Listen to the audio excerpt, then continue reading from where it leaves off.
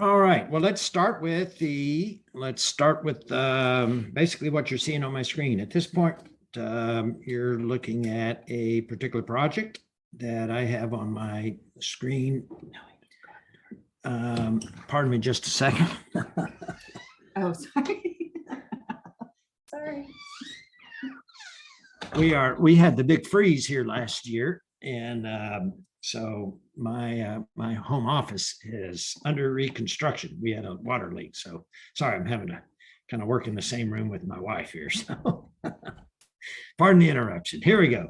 Now you're looking at a project screen.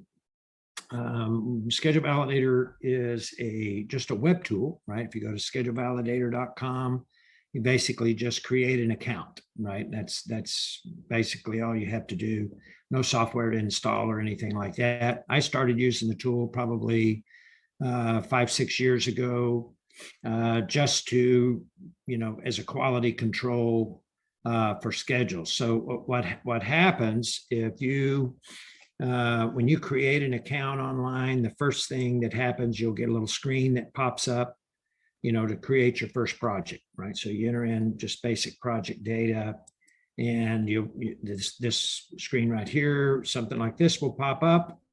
And the next thing that happens, it says, okay, upload or drag and drop your first schedule in here. So it's real simple. It works with Primavera P6 schedules, Microsoft Project schedules. I personally started using Power Project a few years ago, and it'll work on that as well. So it doesn't really, it'll work on any kind of software, or those three scheduling software tools. And what happens, you drag and drop that and then import that project, and something like this shows up. So here I have a list of projects. I can create unlimited projects and upload unlimited schedules. So when I upload a schedule, the first thing you'll notice is you get a score, a schedule validation score. So this score is a combination of DCMA guidelines, NAVAIR, GOA points, all the different agency guidelines, the protocols. And this score, when you click on the score, it will break down the score and tell you it's a weighted score, right? So it takes, for example, missing predecessor logic doesn't have as high a score as missing successor logic, right? You have open finishes. There's 20 points basically that it covers, and then each one, if it'll tell you, for this one right here, this is what you need to do to increase this score, right? So each one of these, you can see what I need to do to increase that score. And for where that's really handy for our organization, we have an internal policy where every schedule has to have at a minimum an 85 score before we can submit it. And we prefer a 90. So looking at those scores, if someone has a 90 or above score, I know that's a pretty solid schedule. And also, I can dig into the diagnostics of all of that just by clicking on that schedule. And here is the schedule dashboard that shows, on this one, this is where I can go in and see the details on it. For example, here's the constraint. There's a little view icon here. And I can click on the view icon, and it will bring up the constraint information down here at the bottom of the schedule here. Second. There we go. Yeah, so it'll bring up the details on these items here at the bottom. It shows me what the tasks are, what the values are. Plus it has a narrative here at the bottom, and these are all customizable. I'll show you that in a minute, but it has a good default narrative that explains it. One of the tools that I like about, or one of the features I like about Schedule Validator, and I've had from the beginning, is that it's really geared towards the end user, right? I've used tools over the years. I've been doing this for 35 years. I've used a lot of tools that are really good for someone that knows scheduling really well. This has a lot of those same features you'll see, but this one is really geared towards, schedulers that we're working with, where we're trying to really improve their skill set. So these narratives are really handy, and it explains why you need to fix it, and here's how you go to fix it. So this has, a lot of different features that I can just drill down. There's actually a narrative I can print that will pull up all of the details. That's a complete narrative. It has, like I said, each section has its own narrative plus the details on that. And you can, incorporate that into a schedule review narrative or a schedule submittal narrative. But once again, this gives me all the details on a schedule, right? So that's kind of what you see when you upload a schedule. So by the way, what I've just showed you so far is free, right? You can create an account and get your schedule validation score for free and your schedule review score or schedule diagnostics and narratives and stuff like that.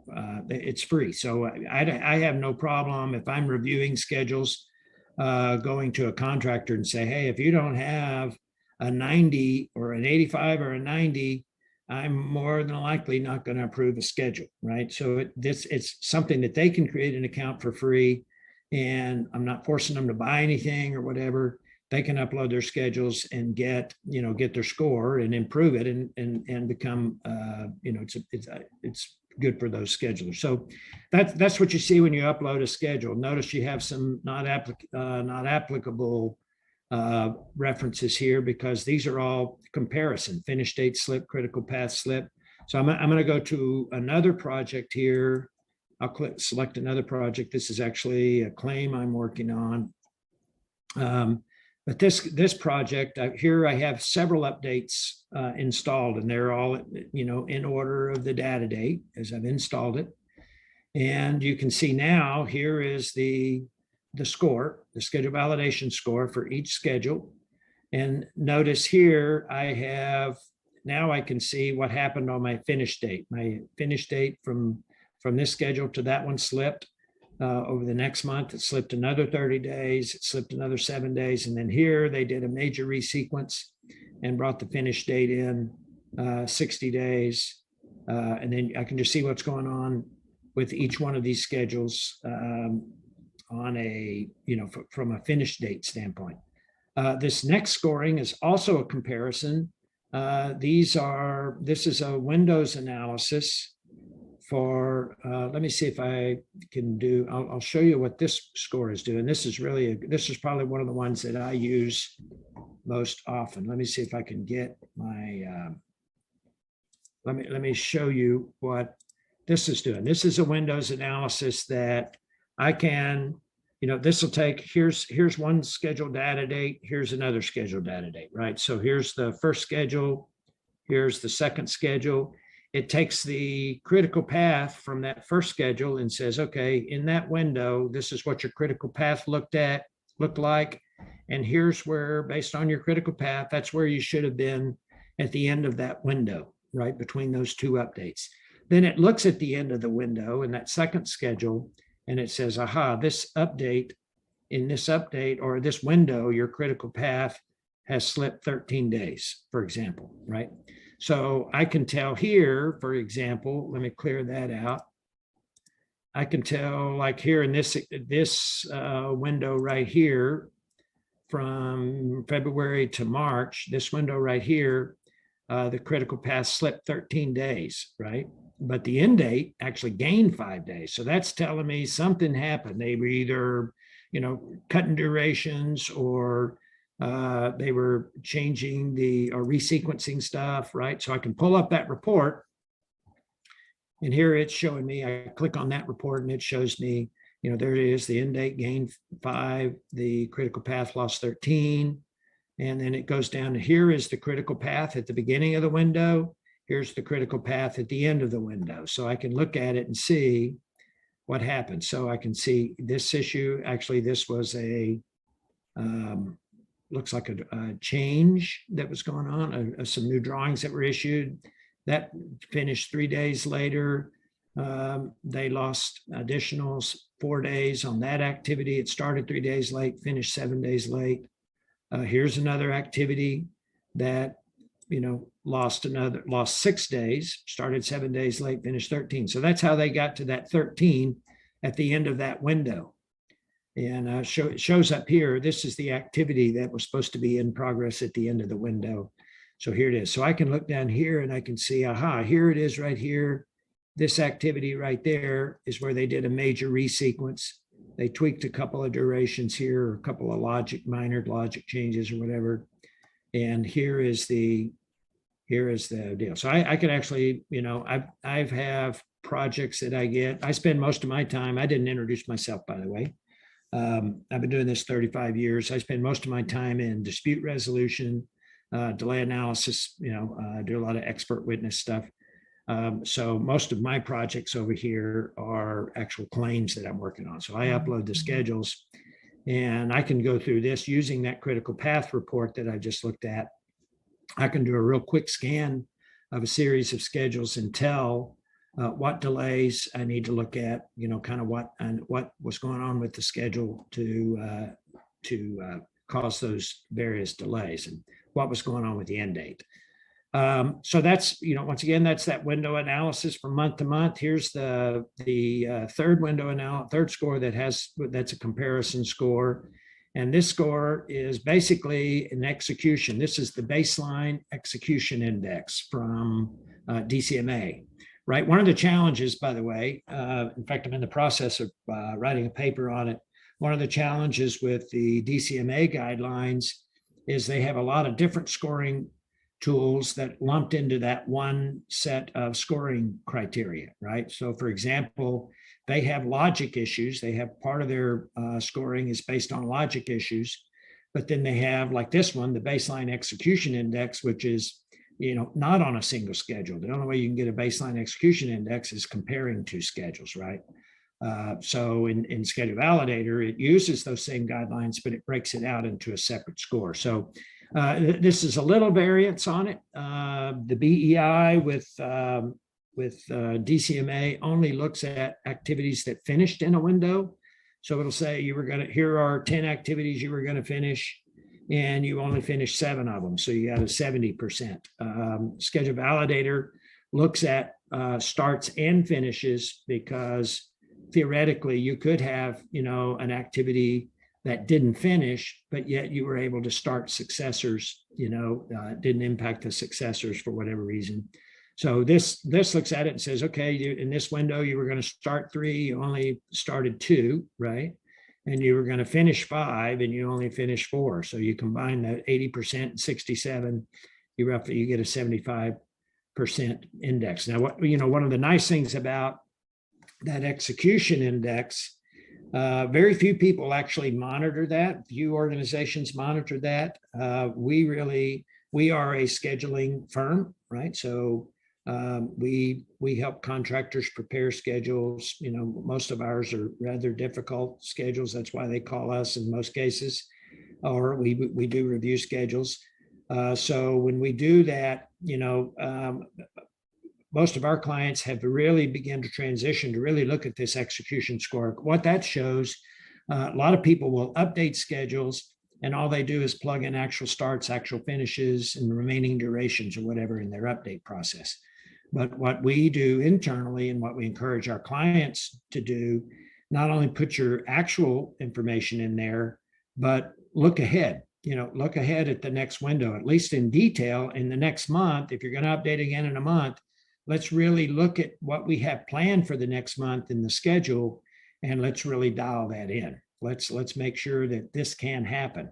And if that happens, if you're spending the time, that's what I tell our clients, if you're spending the time to really look at, as in the update process, really looking at what's coming up and refining your plan, then that execution index really improves, and it's a really good indicator of which of your teams are really planning their work, right? So instead of just plugging in actual starts and finishes and just letting the future ride out, it's really an exercise in planning and execution, and your execution scores are good.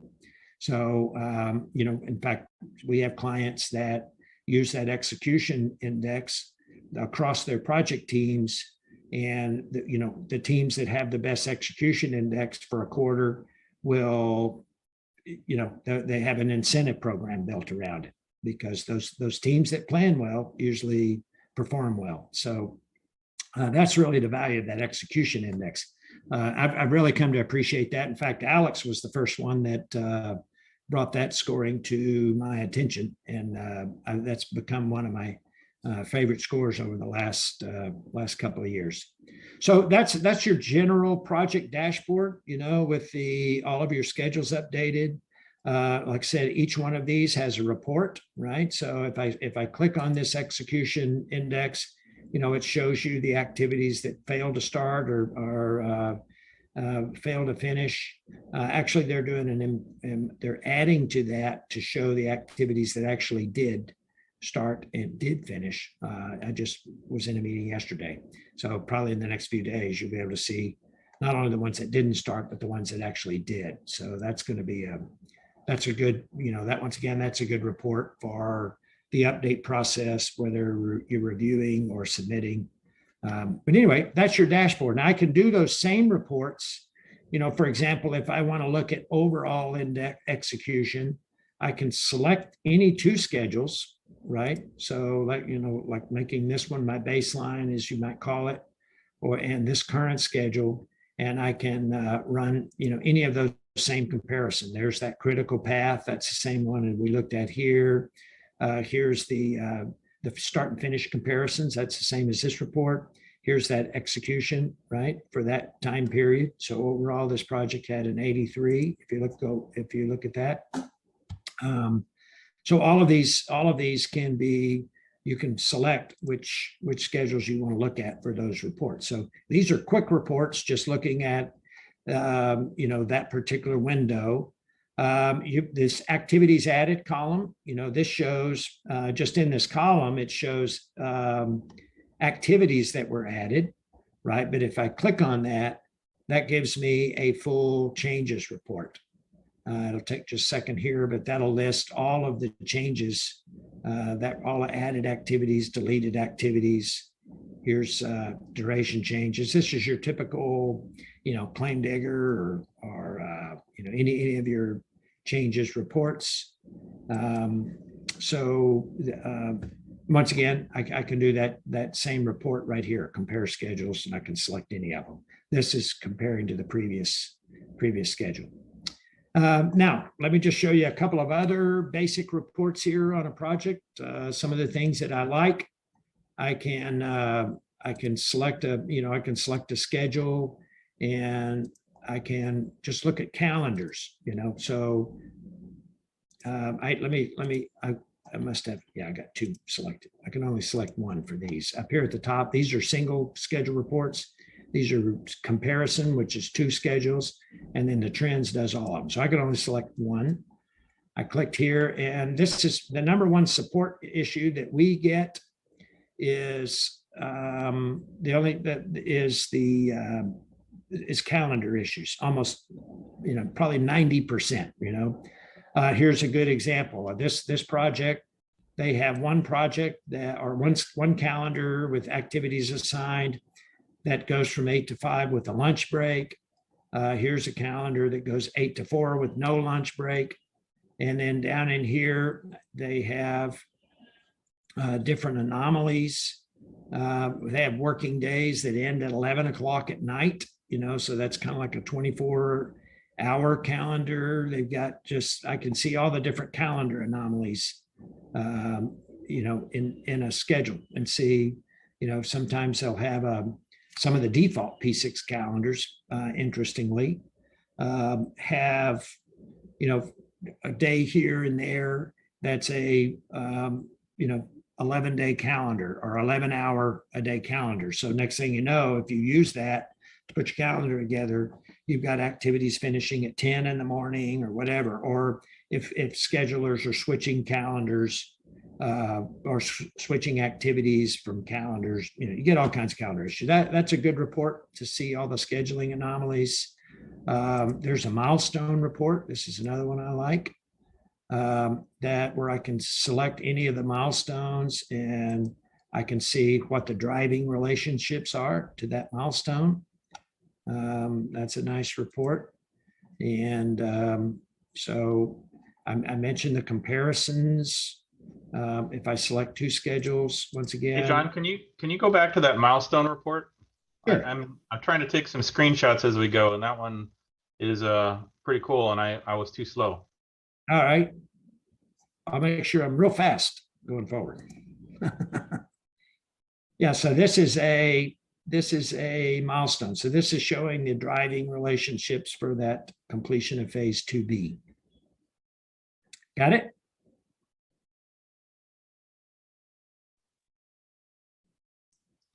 Yes, I do. Thanks. Okay.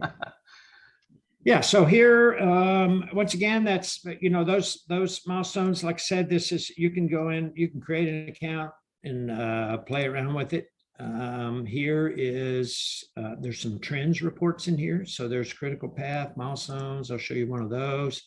This is basically that same information. This graph here is the same information we were looking at on your dashboard. Here's where they lost 28, 30, 7, and then they did that resequence and brought back 59 days. That's your finish date. Here's what was going on with your critical path month to month. Here's the same information in a cumulative format. So I can see in this project, the project finished 120 days late, roughly 122 days late, but overall they lost 235 days. So that tells me that somehow they were able to squeeze, 110, 113 days out of their duration, just resequencing and doing stuff. Percentage of activities on critical and near critical, those are some trends. The milestone trends is a good report. Here's what's going on with the milestones. So I can look here and see, here was this milestone. It lost time, lost a little at time. Then it actually gained some time, but then the next month, that particular milestone moved up 30 days. That's that month where they gained the 59 days. So I can see they pulled out 30 days in between beginning phase 2 and phase 2B. So they pulled 30 days out of phase 2B. And then 3A, they pulled another 30 days out of it. So that milestone report's this shows you the different milestones that it's looking at. So those are some of the trends. There's different trends there. You can look at their trending execution scores, technical scores. That last milestone report, John, how does it just pick out every single milestone activity in the schedule, or how does it pick which one? It pulls out every milestone, anything that's labeled as a start or finish milestone. Okay, cool. Thanks. Okay, so that's pretty much everything in the project. So just at a project level, I can go, this is my project settings here. I can add a logo. I can make the adjustments on here. One of the new features here is some worksheets. So in here, you can plug in some contract information. If you put in a completion milestone and a completion date, you can start seeing added information on your dashboard. You can put financial information, budget. I have it turned off on this project. I was just playing around with it. But, you can actually start, this one is actually a brand new feature. So you can actually put, the project's 50, it'll have a graph on the dashboard, project's 50% complete, but you've only billed 40%, right? If you're entering in your build information in here. That's new. Here's where you can customize those parameters. I mentioned, this isn't for the schedule validation score, but this is for that project diagnostics board. So, right now the default is set at 20 days is a long duration, right? Here's your warning levels.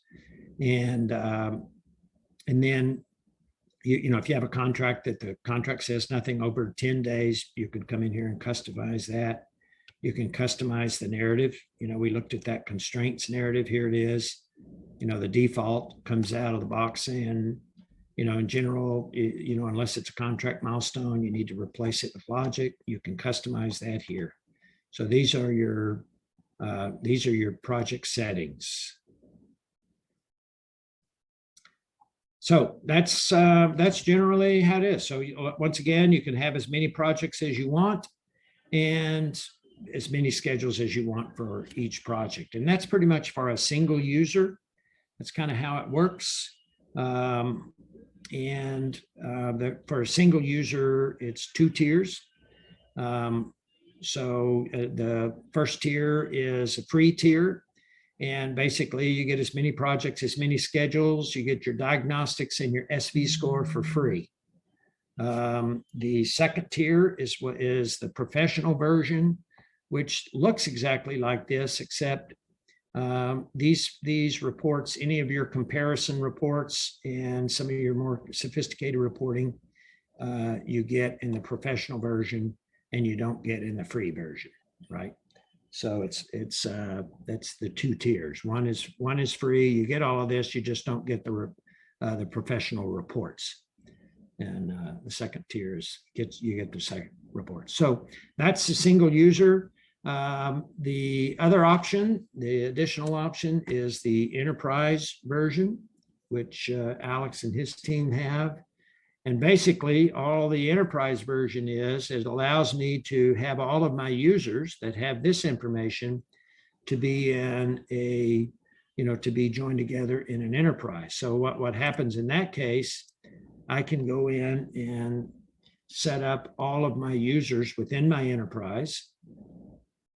Here's all of our users. We have about 20 something schedulers, and I can, you know, I can add and delete my own users, right? So I buy these in packs, and you buy a 10 pack, for example. I can add up to 10 users, delete users, add users, you know, and then I create an org chart that allows me to say this user reports to this user, and here's my team's org chart, right? So once I set up my org chart, that means I can see I get reports on all of these schedules. I can drill down to any one of these users and see their projects and view their schedules or whatever, right? And then it also comes with a dashboard based on that. So if I go back to, I'm going to click on the icon up here, and it's going to take me to my enterprise dashboard, right? So my internet's a little slow today, but my enterprise dashboard gives me the ability to see, you know, here's the dashboard view I have for all of my team. And so I have, you know, once again, here's all of my projects, right? But I can, based on that org chart, I can drill down to anyone on my team, right? Here is my org chart. If I want to go to my Nevada office, Russ heads up my Nevada team. So I can click on his or drill down to one of his schedulers, and it'll take me basically to his page, right? So now I actually have access to, there's all of Russ's schedules, and I can look at any of those, you know, the same way I would drill into that. Or from an enterprise standpoint, here's all of the projects in our enterprise, right? We've got 200 or 300 projects in our group. And I can look at these multiple different ways. I can go across, I can see which projects have the best execution by clicking on this. It'll sort those. I can look at projects, you know, the critical path slipped in the last month, right? So this is the list of all the projects here. Here is all of my, here's, you know, the completion data date, latest schedule that was updated. I can tell some of these are out of date, right? So I can click on that and it'll pop up a little email to send them, or pop up a little window to send them an email saying, hey, update your schedule. Or I can run a filter, right? I can click on this 74 And that'll filter the 70 in my team. I got a bunch of guys. We're right now, they're finishing up basically a lot of their updates from November, and they haven't published them yet. I didn't talk about the publishing function, but so I've got several that are out of that are waiting to get published.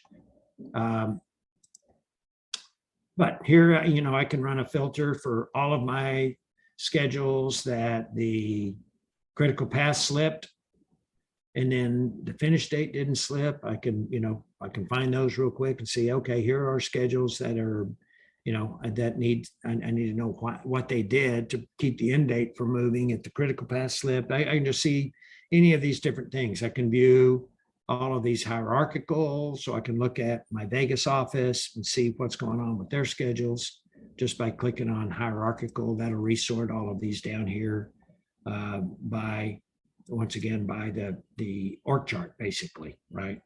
So that way I can drill down into all of the schedules by the org chart and look at my different teams, right? Just basically the same thing I did up there. And that's the enterprise version, right? I can, this gives me, one of the things, the new features that I like also here, you know, this is a lot of information. So it's kind of hard for me, you know, I looked at this yesterday. In fact, I looked at it this morning. I typically just take a look at my dashboard every morning, and you know, that's a lot of information. And sometimes I want to know, well, what's just happened, you know, since yesterday when I looked at it. Well, I can click on my notices here, and this is a chronological. I get a notice, you know, when you know, Mark updated his a day ago. Here's some schedules that he published a day ago. Here's some Yashara. Here's some of all my different teams. So that's kind of a chronological view of it. So I get notices, and I can do my, you know, email notices. I can set all of those up. And there's also a news feed that kind of does the same thing, right?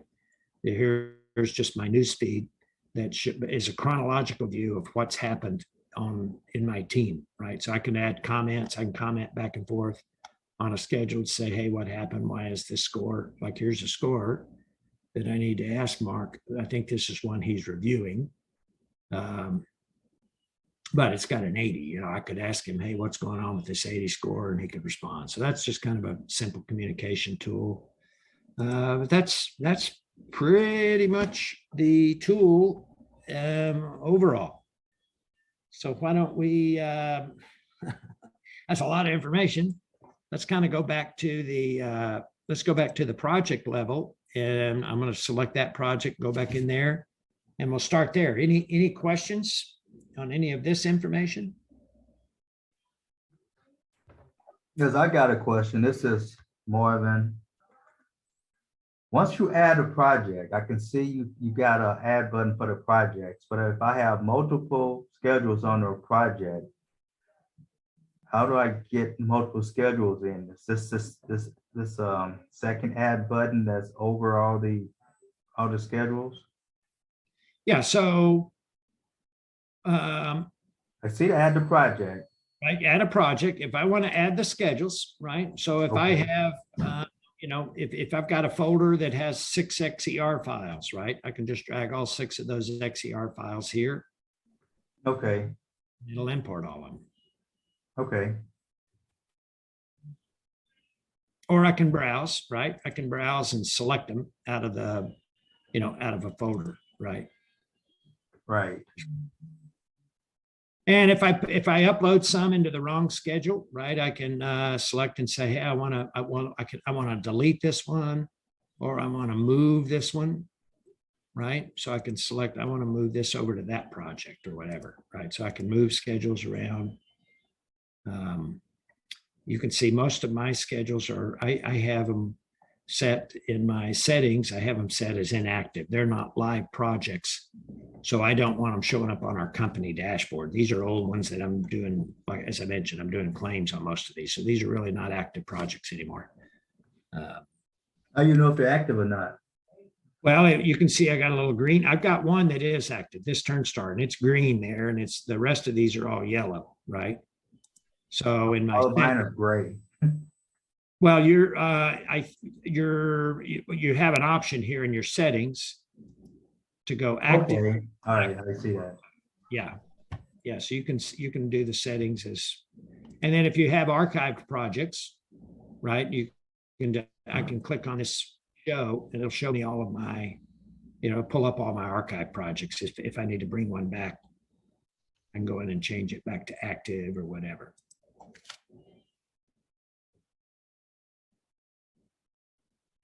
Now there is I put together a really simple training on our website that has a little, PDF guide and a YouTube video that kind of goes through it. It's probably 5 minutes that kind of walks you through all of that, not the enterprise portion of it, but, just setting up a project, adding schedules, deleting schedules, moving schedules. It's on the schedule validator website? No, it's on our Encore group schedule. Encore Group, okay. It's right. Let me show you right quick.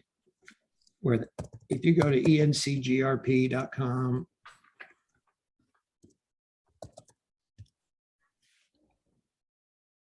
right? So here, this is our webpage, right? So we got a bunch of stuff on our homepage, and under software schedule validator. Okay, Whoops. Let's try that again. Let's try training schedule validator. No, that should, let me see what's going on with that. I may have to call our IT. There it is. Software schedule validator. So here it is right here. There's a little bit of a intro video. And then here's a little training manual that goes with it.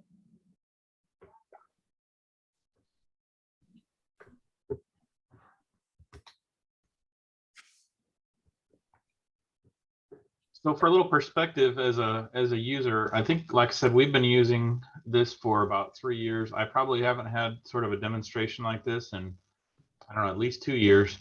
And there are a number of things on here that are new and improved or different or whatever. And as John mentioned, I requested a couple things at some point in the past, and they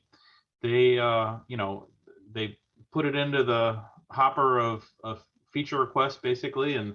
But the point I'm trying to make is they're actively developing this thing to make it better. So there's a lot of new features in here that I had not seen in the past it's pretty exciting to think about. So I'm really impressed with that aspect, John. I do have a question though. So with the free users, if somebody just got an individual free account, is there any way to loop that into the enterprise system?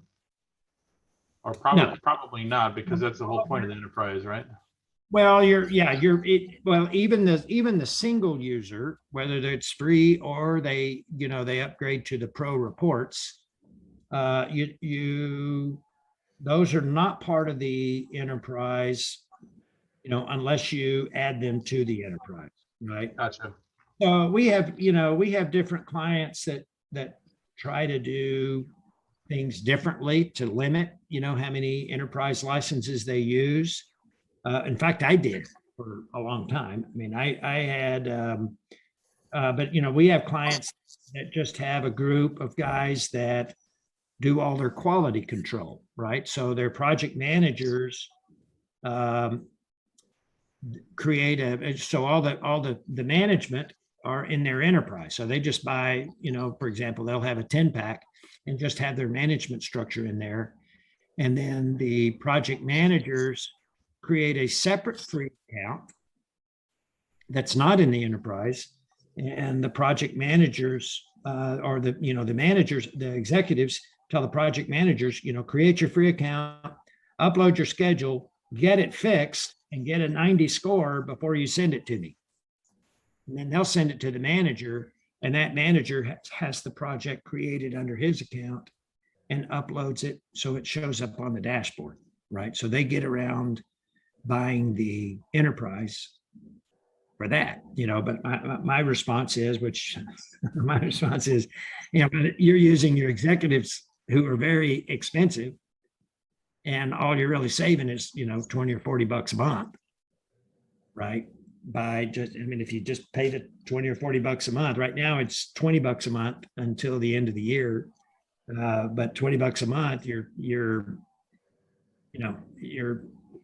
spending way more than that just in that process you have of your managers uploading it once, sending it to your executive, and they're creating it and uploading it again and double handling everything, right? But yes, you can work around and have single users using it, and using the tool as part of your group without having them technically in the enterprise. So John, I got a question for you. It's Steve Ryan. I'm with ADM.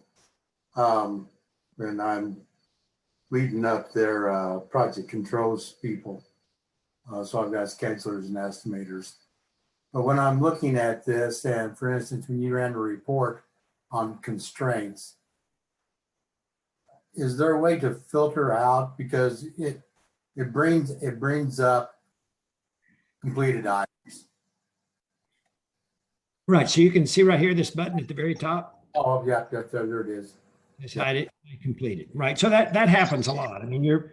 For example, you've got, you upload 10 schedules up through your current, right? But you cleaned up your current one, but you don't want to go back and clean up your old ones. Your old ones may not have very good scores, or not scores, because the SV score only looks at remaining. You can't look at, it doesn't do anything with completed stuff, but this one will. But, and if those are in the past, you really don't want to do it. So you can show or hide these. Hey, John, this is John Adams.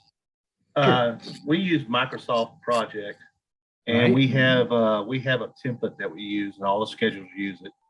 And we have various size projects. Some are growth, some are expansion, some are new construction. And so we go through the template and inactivate those activities that don't apply to that particular project. So when that's uploaded into this software, does it take into account those inactivated tasks?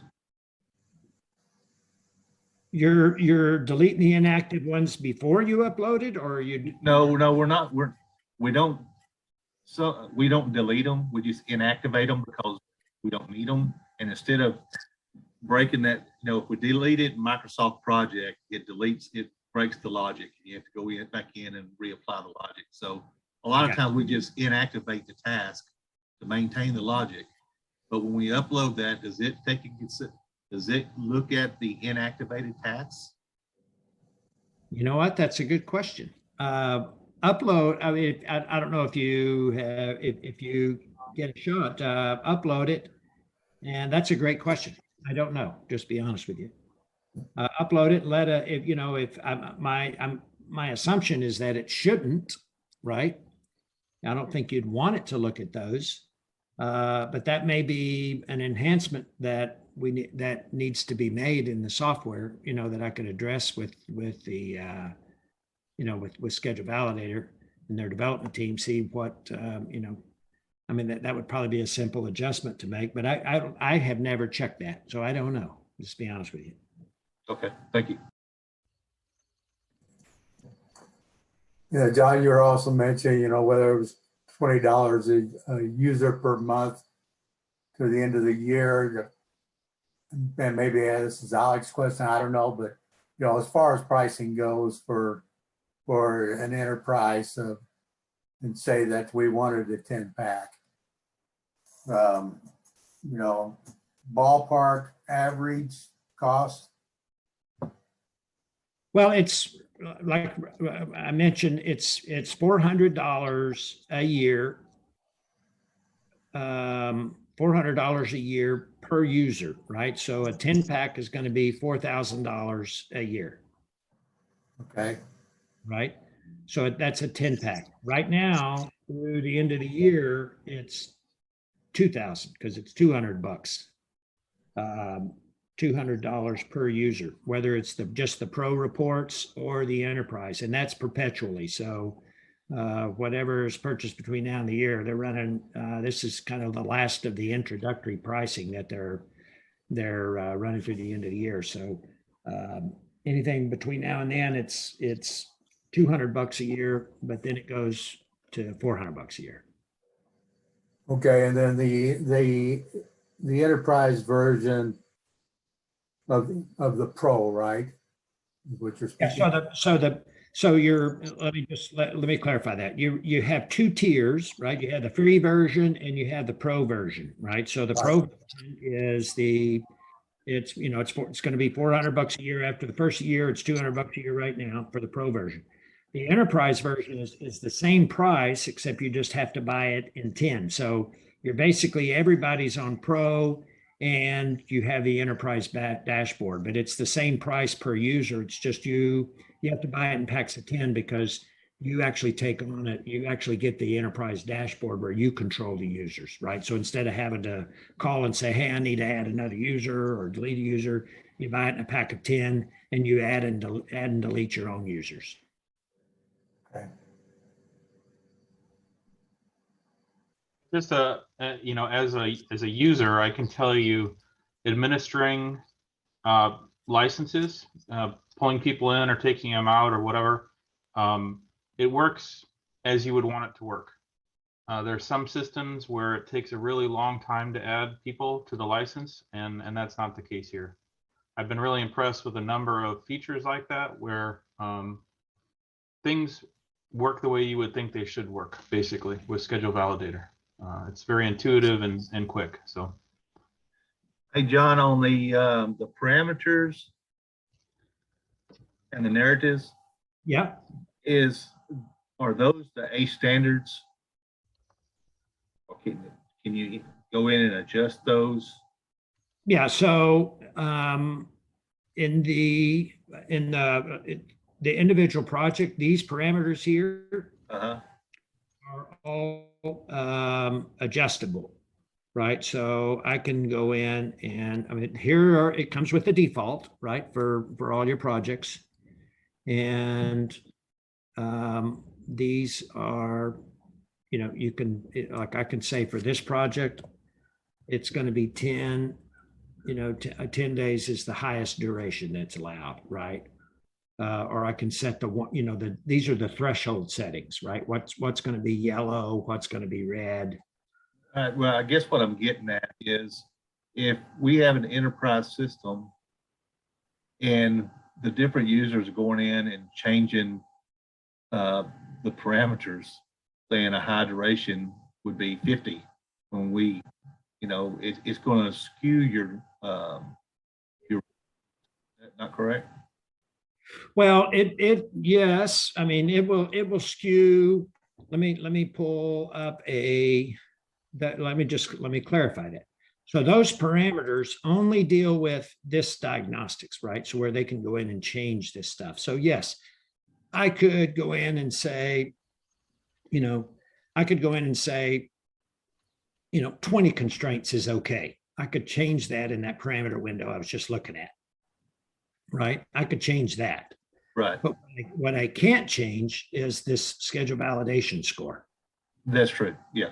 So this score is, based on the general, the GAO, DCMA, NAVIC, all of and just general industry standards.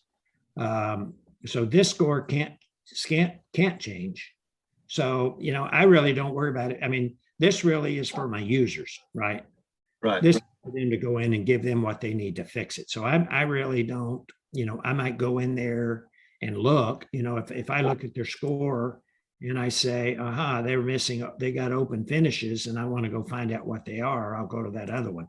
But I generally just use this score, right? I look at it. That was one of the things I really liked about the scoring method that came out, is because now the only time I really ever even use this parameter over here, as far as looking at one of my team schedules, is if I want to go in and see, why do they have so many constraints, or what is it? But this score is consistent across all of them, and that's not editable. Okay, when it's determined, or it's calculating the number of open ends, Is it looking at milestones also? Oh, yeah, yep.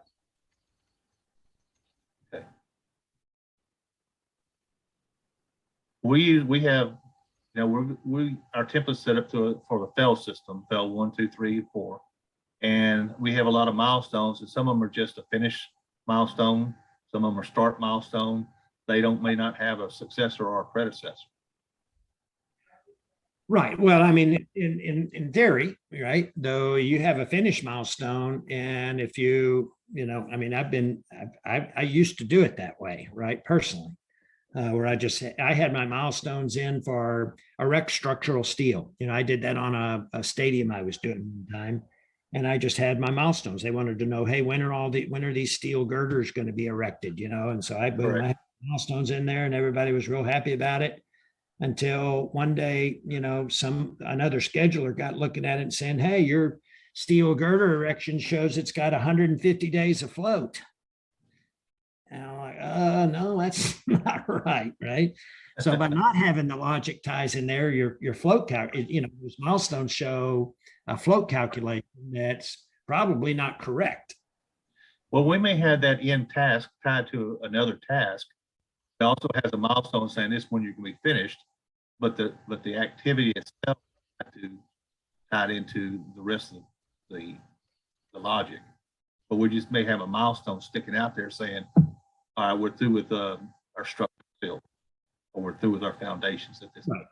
Well, if you have your task tied into your milestone and your milestone tied into another task, then you should be okay. But once again, it's just looking at, in theory, once again, the CPM method is you have, your network diagram starts off with a single node.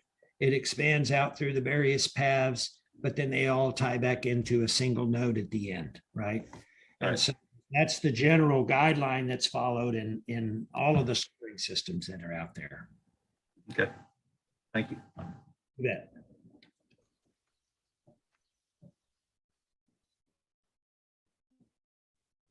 Anyone else have any questions for John Jackson at this time? All right. Well, hey, John, thank you so much for this presentation. I think, as I mentioned, the schedule validator tool is getting better and better. I really appreciate your time to demonstrate a lot of the features that are available. Thank you for inviting me. Thank you for inviting me. I enjoy this. Robert, did you have a question? No, I don't. I just want to be available if you had a question for me. So I just want to make myself audible to you if you got any questions. I don't think you do. So. Right quick, let me, if you don't mind, Alex. Yes, on our site, we have a pretty good upcoming training. These are all free kind of stuff. So any of you guys that like, let me go to my training, upcoming training. We have a pretty good schedule of some delay schedules of training, different types of training. So feel free to jump on there and look at some upcoming trainings if you want to participate in any of that. That's all free stuff. I got a question if it's not too late. Throw Sure. one out there.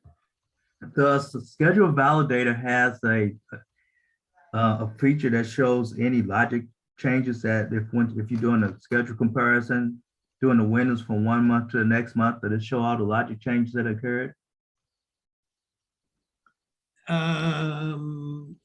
You mean like a trends type of a thing?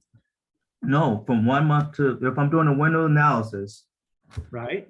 would it show me the logic changes that from 1 month to the next month? What changes in logic occurred? So yeah, so that this comparison report, right? So here's all the duration changes added. Okay. Here's relationship Yeah, changes, yeah, I see them. Okay, thank you. lag changes, added predecessors. It's the standard, pretty typical what you'd get with Claim Digger or whatever, right? So here's one from month to month. Each one of these will go from month to month. Mhm. Or you can select over here if you want to check from that month to that month, what changed over that period of time, or from the first one to the end, right? You can Right. run the same thing and see all the changes for the entire scheduled duration. Okay, good deal. Is Claim Digger still out there? Still there. I just ran a report recently. If you have an if you have an older version of P6, it's still in there. I think they took it out at about 15 or 16. Well, it's still there even in the most current version. They just don't call it Claim Digger anymore. They call it it might be like schedule comparison or something. You have to go to the visualizer Yeah, part it's of in, P6. it's in Visualizer now instead of in Yeah. Okay, But it still reports on the, you know, the Oracle tool reports on the results. A lot of the, it's super long, has many rows, and it'll show, you know, half of the changes will because total float has changed on every single activity and free float has changed on every single activity, which to me that's the result of whatever changes actually were made. And so I don't really want to see that when I'm looking for changes.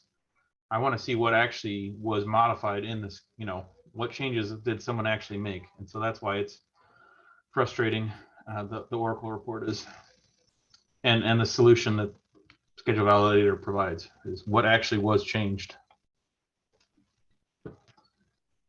thank you. Very good. All right. Well, thank you all for attending. Thanks again, Robert and John, for hosting us, providing this awesome information. And I plan to send out a summary. I don't know if you heard me typing away there, but I tried to capture all the things that John mentioned. So I'll be sending that out here hopefully this week. Thank you, guys. Alex, thank you. Thank you, Alex. Alex. Thank you, John. Have a good day. Bye-bye. Thanks, guys. Thanks.